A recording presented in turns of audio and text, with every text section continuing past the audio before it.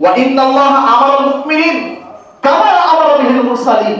আল্লাহ হালাল ইনকামের জন্য নবী রাসূলদেরকে যেভাবে আদেশ করেছেন, ঠিক সেম কোয়ালিটির আদেশ, ঠিক সেম কোয়ালিটির এই চাপ, বাধ্যতামূলক চাপ, এটা রাসূল সাল্লাল্লাহু আলাইহি ওয়াসাল্লাম মুমিনদেরকেও দিয়েছেন। তাহলে বোঝা যাচ্ছে যে রাসূলদের প্রতি যেমন ভাবে হালাল ইনকামের ফরজ করা হয়েছিল, ঠিক অনুরূপ ভাবে পৃথিবীতে যত মুসলমান আসবে সকলের জন্য হালাল ইনকাম করাটা ফরজ। সম্মানিত উপস্থিতি, এরপর বলছেন ওয়া'মালু সলিহা।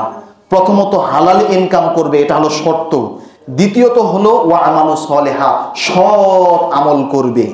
100 বছর আমরা জীবনে পেয়েছি, এর মধ্যে 60 বছর আমি কপাল ঠেকাতে ঠেকাতে আমার এই কপালের এই জায়গায় একবারে দাগ পড়ে গেছে, কিন্তু সেই সালাত যদি রাসূলের শেখানো পদ্ধতিতে না হয়, সেই 60 বছরের সমস্ত ইবাদত বাতিল হয়ে যাবে।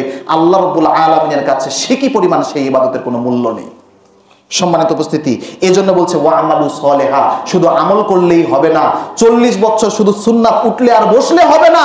সেই সুন্নাত যদি রাসূলের দেখানো পদ্ধতিতে না হয়, কোশ্চিন কালেও সে আমলে সলিহা হবে না।